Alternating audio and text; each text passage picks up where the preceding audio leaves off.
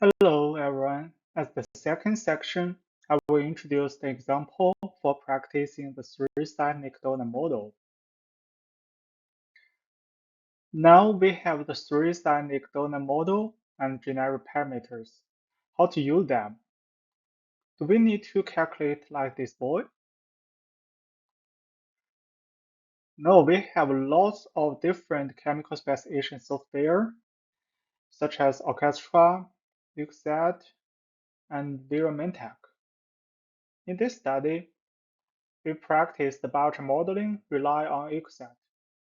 Absolutely, there are several other software I didn't list here because I use ECOSAT most, as I am a member of this group. Let's start from the ECOSAT. First, we select the edit card.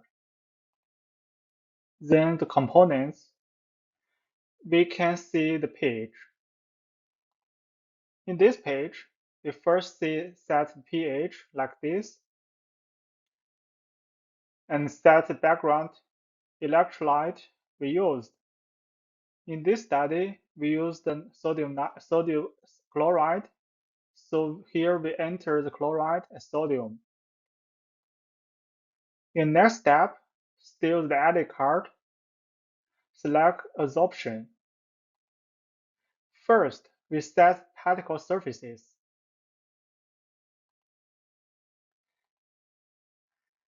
You can see the GEBC particle surface, and the total amount of this particle surface of biochar is 1 × -3 kilograms per liter. Next, we back to the previous edit card and select surface option.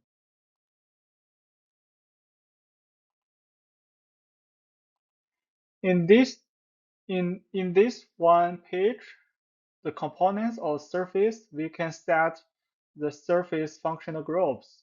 Site A1, which here is site 1, site A2, the phenolic group, which here is site 2, the basic group, here represent as site S3, and the total amount we present in the generic parameter set, the heterogeneity parameter, which is the M value, we can input here. And in another page, surface species, we can type in the generic log key for this functional size. After this step, we can save and quit and close the ECOSAT. Let's move to the workpath and make an input file. This file is a text file which can be named the teach.prn like showing in the right and saved in the workpath. For simple, we only give the pH in this prn file. Back to the ECOSAT. Select the edit card and go to multiple run and read MR file data.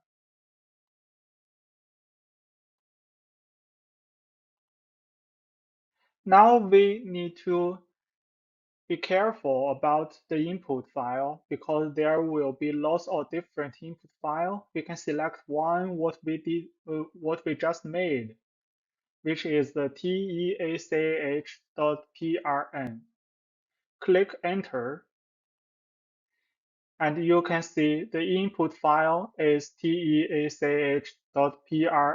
right now. And afterwards, move to the text lines. Because we have a top line of pH, so we can enter here as 1 and move to another column. It's column order. Now it is blank. Because we input the pH, so we make this column as minus log activity of proton. Afterwards, we can read this file. Click and enter. Now we can run it. Back to the main window of ECOSAT and move to the run. We can see it popped out a new window named Outline. Actually, the ECOSAT have finished its calculation inside the computer. Now, let's make an output.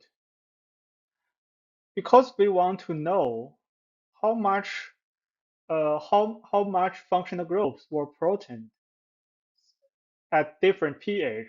So first we need to make output of activity of protein. And afterwards, we can make the protonated functional groups with the unit of moles per liter. Afterwards, we also can make the protein concentration in the donor phase. Now let's check. We just made 5 different outputs in this Outline software, so it is in total 5. Let's make this output. Click Make and click Enter. Now back to the work path. You can see the outman.data appears in this work path. Open it using a notepad. We can see what we selected is appeared here.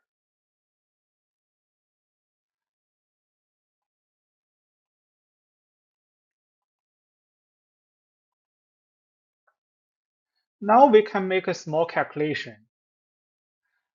Let's study how much carboxylic group were protonated at different pH based on the previous outman.data. First, we need to convert the protonated carboxylic group in the system